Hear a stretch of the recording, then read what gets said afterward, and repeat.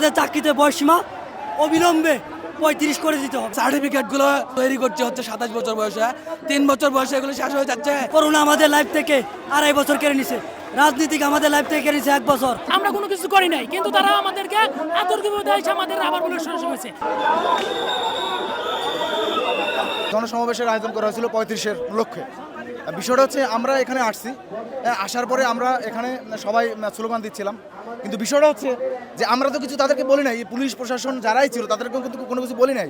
আমরা তো নীরব ছিলাম, আমরা আন্দোলন করতেছিলাম, আমরা কোনো শান্তিপূর্ণ আন্দোলন করতেছিলাম। 30 বছরে অনার্স শেষ করেছে, তারপরে এই করোনা শুরু হয়েছে, কিন্তু করোনার 2.5 বছর কোনো সার্কুলার পায় নাই, কোনো পরীক্ষা পায় নাই ভাই।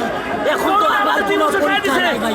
আমাদের চাকরিতে বয়সীমা অবিলম্বে 35 করে দিতে হবে। যা আমাদেরকে রাষ্ট্র শুধু করে আশা দিছে, কিন্তু আমাদের এখনো দাবিটা পূরণ করে নাই।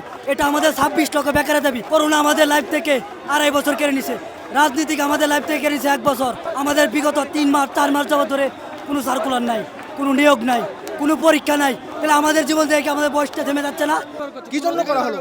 মানে অন্যান্য দেশে 35 বছর করার জন্য মানে আন্দোলন করতে হয় না, বিশেষ করে ইন্ডিয়াতে, পশ্চিমবঙ্গে তারা দিয়ে দিয়েছে। করোনার সময় 3 বছর নষ্ট হয়ে গেছে আমাদের, কিন্তু আমাদের কেন দিল না? মানে আমাদের কথাই শুনতেছে না তারা। দেশ নাকি স্বাধীন হয়েছে, কিসের স্বাধীন? আমি আমার যোগ্যতার প্রমাণ দিতে পারতেছি না, কিসের স্বাধীন এটা দেশ? সারা পৃথিবীতে 45, 50, 59 আছে, আমার অধিকার আছে। 30 বছর একদিনের যে সার্কুলারটা, ওই সার্কুলারে আমার চাকরি হতে পারে, এটা কি রাষ্ট্র বিশ্বাস করে না? রাষ্ট্র বুঝে না? সারা পৃথিবী স্বীকৃতি দিয়েছে। আমেরিকা 59 বছর পর্যন্ত, আমেরিকাকে জ্ঞানী গুণী মানুষের অভাব, তারা চিন্তা করছে এটা মানুষের মৌলিক অধিকার, এটা দিতে হবে। সুতরাং আমাদেরকেও দিতে হবে। আমাদের সার্টিফিকেটগুলো তৈরি করতে হচ্ছে 27 বছর বয়সে, 3 বছর বয়সে এগুলো শেষ হয়ে যাচ্ছে।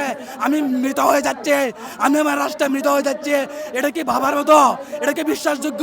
এটা কি হতে পারে? এটা কি লাঞ্ছনা না? এটা কি বঞ্চনা না? এটা কি অধিকার থেকে বঞ্চিত করে না? আমরা কোনো কিছু করি নাই, কিন্তু তারা আমাদেরকে আতর্কিভাবে এসে আমাদের আবার বলে শুরু হয়েছে। 4টা আবার উঠেছে, আমার এখানে লাগছে, এবং আমার সাথে যে মানুষ চিন্তা করছে, আলাল ভাই, শফিক ভাই, তাদের শুয়ে দিছে। তারা আমাদেরকে বলতে পারতো যে তোমরা শান্তি দান করতেছো, করো, বসে থাকো, কিন্তু তারা আমাদের কোনো কিছু না বলে এই আওয়ামী সরকারের পুলিশ আমাদের আতর্কিত হামলা করছে, রাবার বুলেট চালাচ্ছে বা আমাদেরকে আহত করছে। আমরা তা কখনোই চাই নাই। আমরা এখানে আসছিলাম শান্তিপূর্ণভাবে আমাদের 35 দাবি বাস্তবায়ন করার জন্য। আমরা শান্তিপূর্ণভাবে আমরা কর্মসূচি পালন করতে এসেছি। ডক্টর মোহাম্মদ ইউনূস স্যার, আপনারা হচ্ছেন এদেশের 23 কোটি বাঙালির ছাত্রছাত্রীদের অভিভাবক। আপনার কাছে আমরা এটা আশা করি নাই যে আমাদেরকে পুলিশেরা গুলি করবে।